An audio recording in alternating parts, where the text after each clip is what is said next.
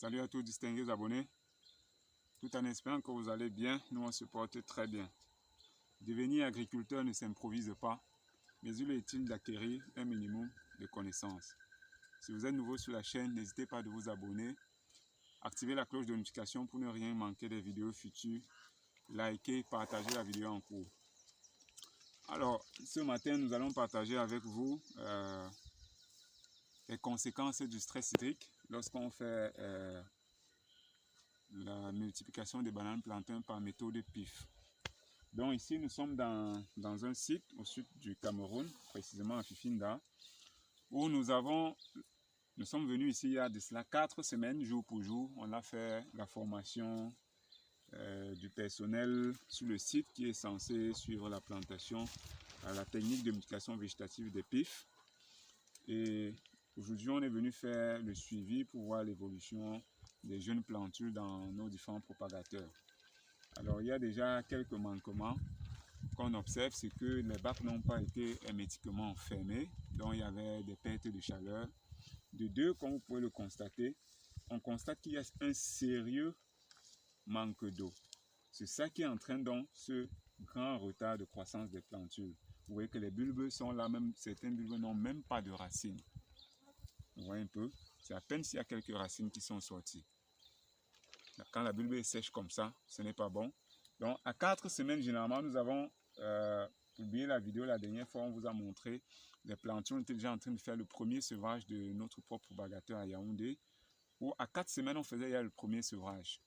Or ici, on est à 4 semaines, c'est à peine si on voit déjà quelques plantules sorties de la sorte. Donc, vous voyez à quel point le manque d'eau peut entraîner un retard de croissance, un sérieux retard de croissance dans votre production. Vous imaginez, à 1 mois, on n'a encore aucun plantule qui est vraiment en âge d'être réactivé ou d'être sevré. Ce n'est pas bon.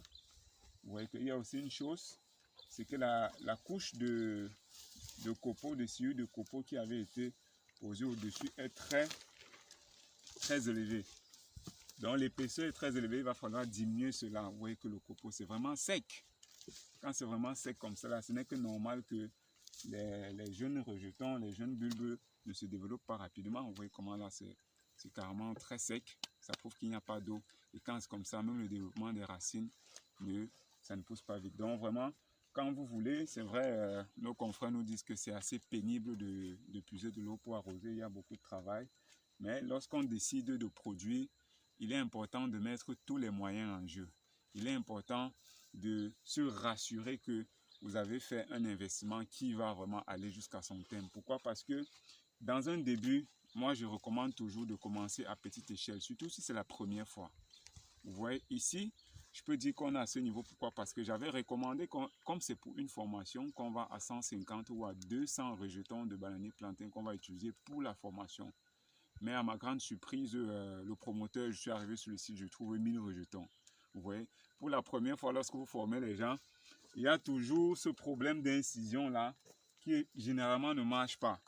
Vous voyez un peu, généralement ne marche pas. Nous avons par exemple cette bulbe ici. Quand on fait l'incision en croix, celui-ci a raté.